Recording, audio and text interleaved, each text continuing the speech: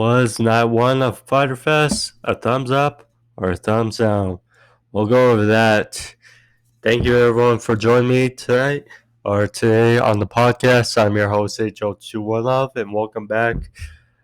Today on the podcast, it's all about a review for AEW Fyter Fest night one.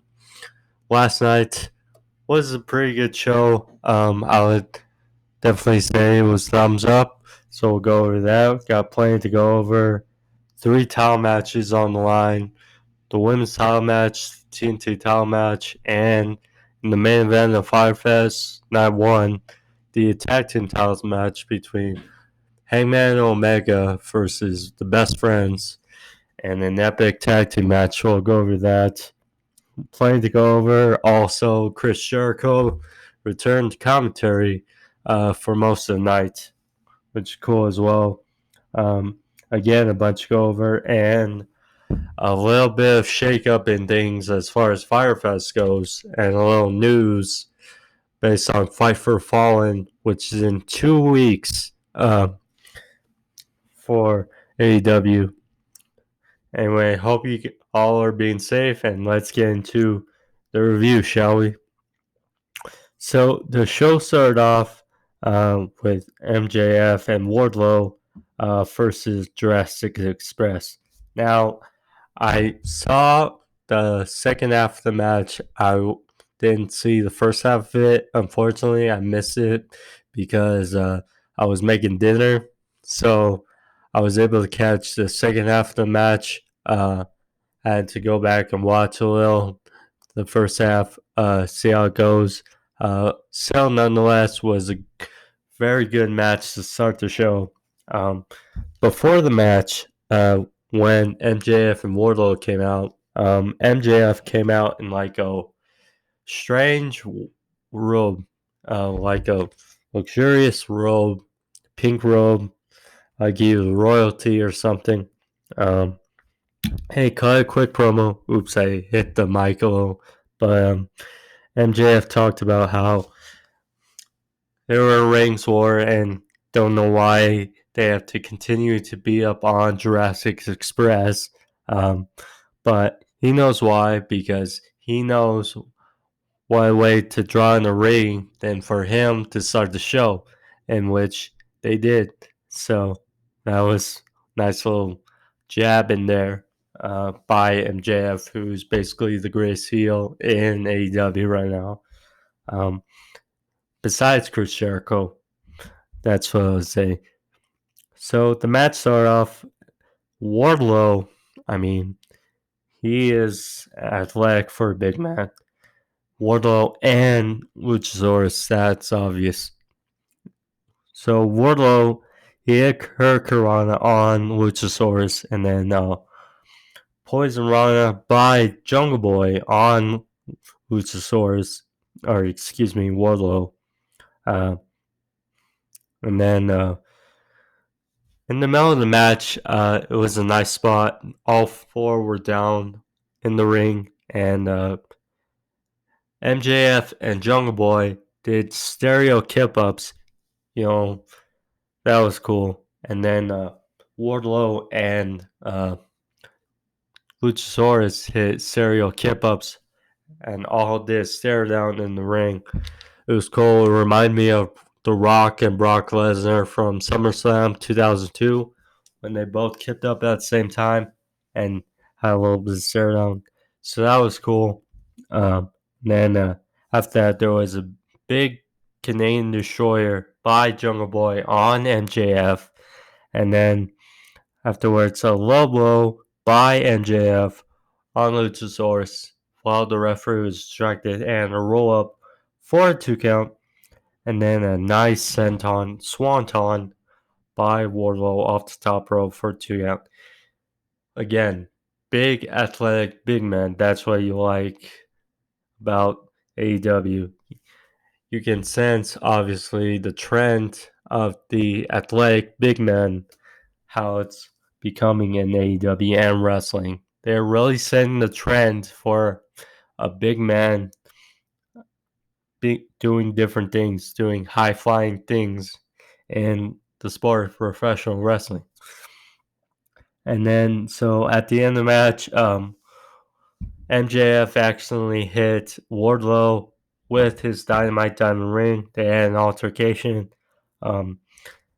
Jurassic Express and did double team on Wardlow.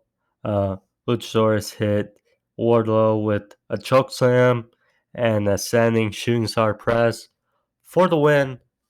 Good match to start the show. Really fun match, even though I couldn't see all of it in real time. It was still really good. What a way to start off Fyter Fest. Jurassic Express needed a win. They kind of really need a win. Luchasaurus especially, he has been on ice. Jungle Boy stuck while Jurassic Express, they've been kind of dwindling like this in momentum. Jungle Boy has been kind of rising, and Luchasaurus has been kind of staying like this in the pecking order of momentum. Now, he pinned Wardlow, which is good. Wardlow, of course, he's been on a roll as MJF's heavy, and especially MJF didn't get pinned. Yes, he'll probably have a loss in tag team, the records, but still it doesn't affect him really. Solid way to start Fyter Fest, and good way for Jurassic Express. So next we go from that to the first of 3 title matches for the evening. Hikaru Shida and Penelope Ford. This was a very fun women's match. By far the best match of Penelope Ford's AEW career so far. And Shida, of course, she's been on the best thing about the women's division in AEW. So at the start of the match, Ford came out with Sabian. Sabian pushed Shida, which caused him to get ejected. And then Sabian was like, to heck with this. He takes Shida's kendo stick and he looks like he's smoking it, and that was just crazy. And then he just takes it with him to the back. So that was just an odd but funny sequence. So then now it's a one-on-one contest. Shida versus Ford. So that was cool. And then so back and forth. Really good spots. At the end, Shida, while she hit the Falcon Arrow the first time, and then while she was trying to roll up Ford for the pin, Ford countered into like a victory roll type of pin, and almost got the win. And then in a little spot, Ford went outside the ring, grabbed the belt from the timekeeper's table, and she was arguing with Aubrey Edwards. And then Sabian came back out with the kendo stick, tried to hit Shida with it, and so that didn't work. And then the kendo stick went flying up in the air. Shida caught it, blasted Sabian in the head with it. And then Ford came back in, tried to take advantage. She has stunner, nice stunner for a 2 count. And then, Shida hit another Falcon Arrow. Then Ford kicked out, and then she hit a fine knee strike or a right knee strike. Ford win, pin Ford, 1, 2, 3. right outcome, Shia. Now, I mean, I'm not sure this was the right, the proposed match they were going with. And first, when they were thinking of Fyter Fest between Shida and Ford, nonetheless, it was a really good match between both. Ford, even though she lost, she looked impressive in doing it. The only question is, where does Shida go from here? Because Baker's still injured. Bea Priestley is still, I think, in the UK. Statlander is injured. Donald Rose, she's going to wrestle next week, so we'll see about that. And of course, Big Swole, she's kind of feuding with Britt Baker, so we'll see about that.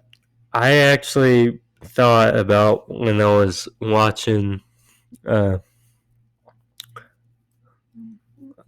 other podcast, I was thinking to myself, maybe we see at All Out a triple threat between Penelope Ford, Nyla Rose, and Hikaru Shida, and then maybe after Baker is healthy and finishes feuding with Big Swole, then she can feud with Hikaru Shida, and then we get that match. Be interesting. So we go from that to a little vignette, the second vignette. So last week, Taz was promoting the offense of Brian Cage. This week, he was praising Moxley, but he was talking about how his finisher, the paradigm shift, won't work on Brian Cage. So that was interesting. Next, we go to our second title match of the evening. Cody Rhodes versus Jake Hager, TNT Championship. This was interesting. Jake Hager, of course, he's the heavy of the Inner Circle, against Cody, who has been on a roll since he has won the TNT title. Even before that, to being Darby Allin and the now, or actually, he beat Shawn Spears. So he's been on quite a tear. They actually put up the records of both at the start of the match. The records coming into this match were combined 15 and 2. 15 and 2. That is impressive. Of course, Hager's one loss came against Moxley in that empty arena match. So this was pretty fun. This was Hager's one up.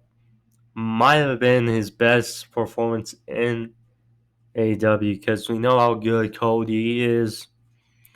But this school, pretty back and forth, pretty stiff. Started with chain wrestling, more submission wrestling because both are both well versed in the wrestling world and wrestling backgrounds. So Cody hit one disaster kick and then went for another and was caught into a beautiful German suplex by Hager. And then Hager went out of the ring and attacked Arn Anderson, who was there with Cody. Funny thing, before the match, while Cody and Arn were making their entrance, Chris Jericho, like I said, was on commentary. He called Arn Anderson's menu a Waffle House menu.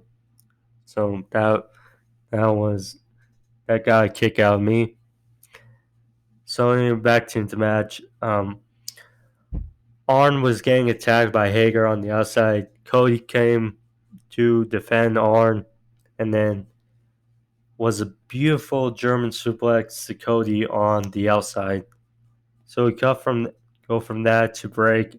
We get back from break. A Cody cutter by Cody.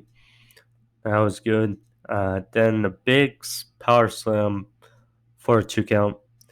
Then the Vader bomb, which Jericho was calling the Hager bomb, to Cody for a 2 count. Then big athleticism by Hager. Hit top rope hip toss. It looked like they're running to the top rope hip toss to Cody, who was on the top rope. So that was cool for a 2 count. And then at the end of the match, Hager was going for his arm triangle like finisher. And he was trying to lock it up, and then he turned over and he was on, or they rolled over, and Hager was on his shoulders, on his back, and then Cody actually pinned Hager while Hager had the hold applied. Hager thought he won. I thought it was interesting. 1, 2, 3 for the win. Cody won. Keeps Hager strong. I liked. And then Hager, he actually leveled the referee at the end. And then the referees and officials came out, try to separate Hager from that referee. Just interesting. I'm not sure where Hager goes from here. He was kind of on the down low, losing since Silver or Nothing. So I'm not sure where he goes. But this probably his best performance as of late. Now, would he go back to Bellator? Is he going to take a quick break? I'm not sure. But it'll be interesting to see. So we go from that to a vignette of Darby Allin. He looked like he was in his backyard on a little skate rink in his backyard. He asks, "What? How am I not medically clear?" Then it shows some highlights of him skating in his little rink in his backyard. So that was cool. I miss Darby Allin. I mean, Darby Allin in his vignettes, he says a lot by saying very little or saying nothing. So you love that. That was interesting. And then Orange Cassidy came out right before, because Jericho was in commentary, and obviously they're going to face next week in night 2. So Orange Cassidy came out with a chair, sat on it next to the commentary table. He put his feet up on the commentary table, was agitating Jericho by saying nothing. So that was interesting. So we go from that to the next match, which was Santana Ortiz versus Private Party. This was interesting. So Matt Hardy came out with Private Party, and kind of homage to Matt Hardy and the Hardy Boys. It was a big poetry in motion, dive on top rope or onto the outside by Private Party. Sounds cool. Again, mostly pretty good match. Coming to the end, the Santana Ortiz had the advantage. They had a filled sock they were going to hit Mark Quinn with, but Matt Hardy took it away, distracted Santana Ortiz. Then they went for the street sweeper on Isaiah Cassidy, but the Isaiah Cassidy pulled down Santana's headband so he couldn't see, and then Mark Quinn helped out, and they reversed and got Gin Juice, or they hit Gin Juice on Santana for the win. Pretty good match, and apparently next week, because of what happened next, they're gonna face spoiler the winner of Best Friends and Hangman and Omega for the tag team titles next week. So we go from that. So they announce, I mean, it was kind of figured out. I mean, taking every precaution. So they announced that Jon Moxley and Brian Cage has to move from next week to 2 weeks for Fight for the Fallen um, for AEW. I mean, of course, Jon Moxley, his wife Renee Young, has been tested positive for COVID-19, and this is taking every measure for Moxley, even though he has tested negative. So, I mean, they were going to film tomorrow, or actually today, but due to precautions, they decided to wait till 2 weeks. But so instead of that, we're getting another tag team title match, which I can't complain about. But rolling up on that, we had a quick promo by Taz, who came out with Brian Cage, who talked about how Moxley has gotten snivelly, and he sniveled out of this, or politicianed his way out of this title match, and has bought him more time against Brian Cage, and talks about how who is better to have as the AEW World Champion than Cage. And they actually used the COVID as a storyline, talked about how Moxley has been tested negative twice, and said if he were to come here next week, he would be tested again, but instead he decided to stay home and says he wants to protect the well-being of everyone else. So they're basically using this as a storyline, which you like, to use more real life. Not all the time, but sometime in storyline. I'm still thrilled, not as thrilled as I would if Cage had some more wins under his belt, but still, every precaution you have to take. So we're getting this in 2 weeks at Fight for the Fallen. For AEW, I mean, can't complain about that too much.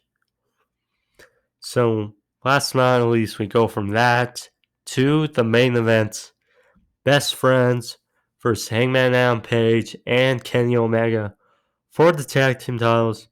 The winner of this match, of course, will face Private Party for the tag team titles next week, like I just said. Excuse me.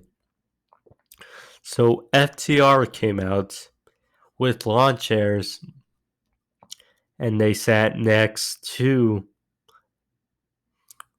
the commentary table. By the way, Chris Jericho left because there's a bit of altercation with Orange Cassidy, and they had to be held back. So Chris Jericho left. So yeah, I assume either that match or the next tag team title match next week is going to be the main event, but we'll see. So getting into the match, the there was a big clothesline from Hangman to Trent in the middle of the match. Then a Fisherman Buster by Kenny to Trent for 2 count. Kenny his, of course, Snapdragon suplexes on both Trent and Chuck Taylor. And then I thought Best Friends had it here. They hit Strong Zero on Hangman for a 2 count. Kenny came in at the last second, picked it up. Chuck Taylor hit a big modified spiked pile driver on Kenny Omega, would look brutal. And then Hangman and Trent were exchanging in the ring. Hangman hit the dead eye out of nowhere on Trent, which I hadn't seen in a while him do for a 2 count. And then the fans in attendance, they were chanting for the Best Friends, trying to will him back into this match. And it seemed like Hangman was getting upset at this. So then he took off his old pad, went outside the ring, and then hit Trent with a devastating buckshot lariat for the win. Right outcome. Hangman and Omega retain. Really good tag team match to close the show. They will defend next week against Private Party on night 2 of Fyter Fest. Afterwards, FTR came into the ring and tried to give a cheers to Hangman and Omega. Hangman didn't mind because he loves to drink. And Kenny, he was hesitant. He made it look like he was taking a sip, and then he poured out the whole bottle on the outside of the ring, which upset FTR. Basically made it want to be safe, like want to make sure you didn't spike it or anything. So then FTR was upset about this, and then the Young Bucks came in, tried to separate them, just be sure everything's okay. And that's how night 1 goes off the air. So, in a sense, it was a thumbs up, I would say, from my perspective. Pretty good night 1.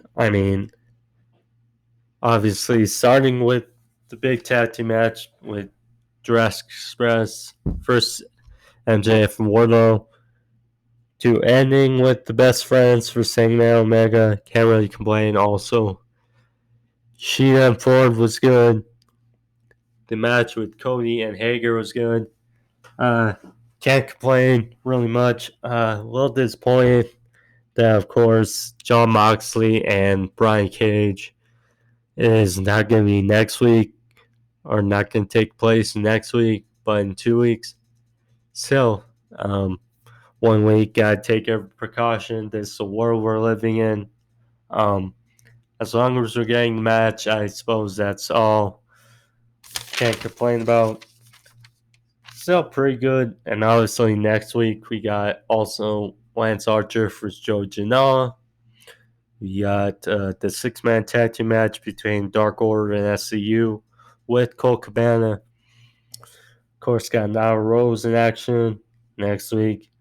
Of course, Jericho and Orange Cassidy in that big 8-man tag between the Young Bucks, FTR versus the Butcher and Blade, and the Lucha Brothers. The returning Lucha Brothers, their first match since coming back.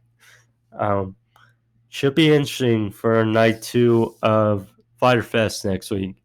So there was that on night 1. Hope you guys all enjoyed it. Of Of course, I'll be back tomorrow for my review on NXT Great American Bash Night 1. So, nonetheless, hope you guys are being safe. Hope you guys enjoyed it. If you're new, like and subscribe. And I'll see you guys all back tomorrow. Thank you and have a good day.